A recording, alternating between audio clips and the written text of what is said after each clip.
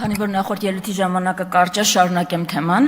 Նախ Ռուբեն Ռուբինյանի վերած օրինակների, եթե ոչ բոլորը, կեսից ավելին հետապնդման օրինակներ են, քրեական գործեր հարուցված այդ մարդկանց վրա միացնուգեք նոր փաստեր հրապարակեք։ Ես ուզում եմ էլի մեր քաղաքացիների համար բացահայտել ոնց է լինում քաղաքական հետապնդումը։ Ամեն ինչ իմաստ ունի կոնտեքստի մեջ։ Ինչ է տեղի ունեցել։ 3 շաբաթ առաջ այս նույն ամբիոնից իմ տեղը կանգնած Փաշինյանը ուղիղ հայտարարել է, որ Գյումրու քաղաքապետին դուրս է շպրտելու իր զբաղեցրած պաշտոնից։ Ինչա դրան նախորդել ու դրանից հետո տեղի ունեցել ճիշտ այնպես, ինչպես Ադրբեջանը ցանկացած հերթական հարձակումից առաջ տեղեկատվական գրոհ է իրականացնում, նույն գրոհը իրականացրել է ՔՊ տեղեկատվական դաշտում, ամեն կերպ վարկաբեկելով, պախարակելով, որ մարդուն վրա հարձակվում են, հնարավորինս քիչ պաշտպանություն ունենա։ Դրանից հետո հրապարակվել է ձայնագրություն, բայց այդտեղ ՔՊ-ի բախտը չի բերել։ Ինչի՞ չի բերել, որովհետև ժողովուրդ ջան, դուք ընդեղ եք հասել,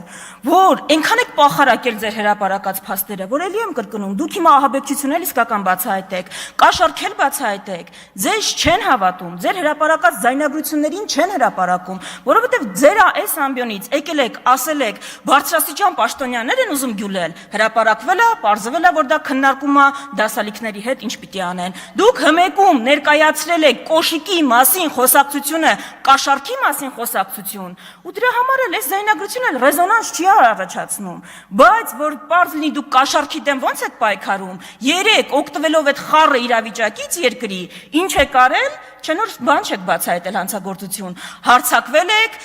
Արթուր Չախոյանի վրա, որը բացահայտել է, հրապարակել է Տիգրան Ավինյանի ենթադրյալ կաշառքի գործողությունը, ու դուք ոչ թե դրան ընթացք եք տվել,